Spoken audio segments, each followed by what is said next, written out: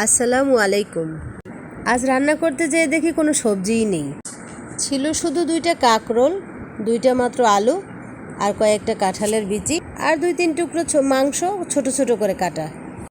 তাই এগুলো দিয়েই তৈরি করে ফেললাম একটি মজাদার খাবার। মাংসে দেয়া সমস্ত উপকরণগুলো আমি একসাথে ব্লেন্ড করে নিয়েছি। এরপর কড়াইয়ে তেল দিয়ে মশলাগুলো কষিয়ে নিলাম।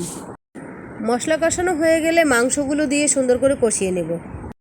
মাংসগুলো কষানোর পরে কিছুক্ষণ পরে আমি গরম পানি অ্যাড করে দেব। মাংস কষানোর পরে তেল উঠে আসলে তখন আমরা সবজিটা দিয়ে সুন্দর করে কষাবো। কষানো হয়ে গেলে পরিমাণ মতো গরম পানি অ্যাড করে দিব। এই পানিটাই মাংসের ঝোল হিসাবে কাজ করবে। ঝোল মাংস সব কিছু যখন সিদ্ধ হয়ে কমে আসবে, আমার পরিমাণ মতো হবে, তখন সব কিছু লবণ টবণ চেক করে আমি জিরার গুঁড়ো দিয়ে তুলে ফেলবো। আল্লাহ হাফেজ।